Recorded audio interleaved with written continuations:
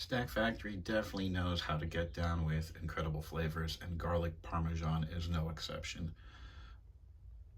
The size, the taste, the crunchiness, these things, and a tub of cream cheese and a good movie, it's pretty much one of the best nights you guys can ever have.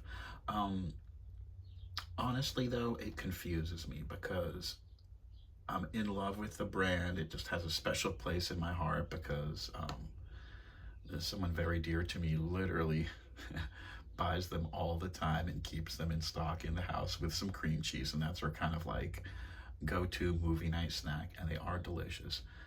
But they've got a few ingredients that kind of trouble me. Soybean oil, which I don't know why they need that in a pretzel. Um, Canola oil, not as bad, but still the worst poison, even worse than sugar. And they use cane sugar, which is so confusing. Like all the ingredients seem really well sourced and high end. And then the main ingredient, dun da da da, enriched wheat flour. And I know everyone uses it.